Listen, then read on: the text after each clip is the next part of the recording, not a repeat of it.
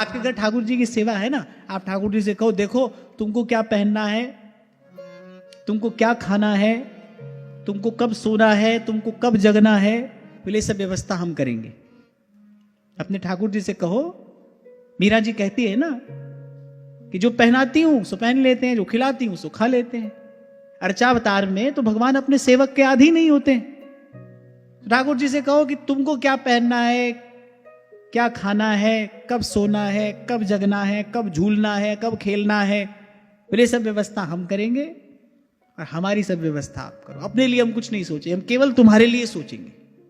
तुमको क्या खाना है ये हम सोचेंगे, तुमको क्या ओढ़ना पहनना है ये हम सोचेंगे, तुमको कब सोना जगना है ये हम सोचेंगे, तुमको कहां रखना है, कैसे रखना है, कौन सी कुंज में तुमको विराजमान करना है, बोले सब विचार हम करेंगे। हमको कहां रखना है, कैसे रखना है, बोले सब बात तुम देखो। ऐसे डील करो ठाकुर जी से, तुम उनकी व्यवस्था करो, वो तुम्हारी व्यवस्था करेंगे। और देखो जीवन में आनंद ही आनंद है। इसीलिए तो सेवा आती है। अभी ठाकुर जी का तो ये स्वभाव ही है, अगर ये यथा माम प्रपद्यन्ते, प्रभु कहते हैं हाँ ठीक है तू मेरी व्यवस्था कर, मैं तेरी व्यवस्था करता हूं। सेवक और सेव्य में यही तो सुख है।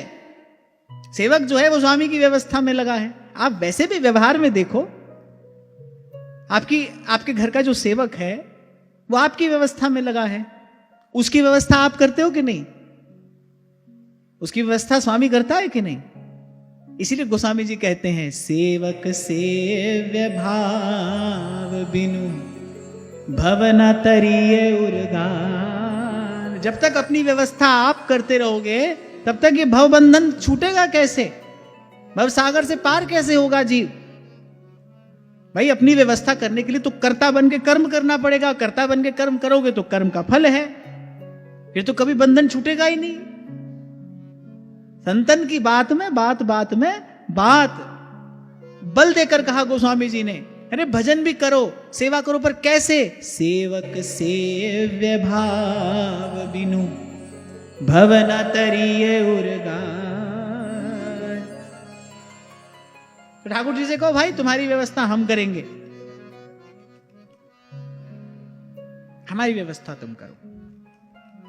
इतना लेना देना तो चलता है, चलेगा,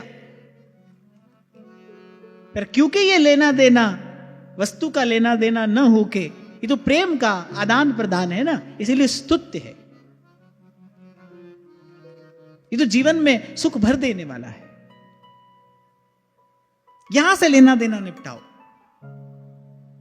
यहां कछु लेना न देना, मगन रहना।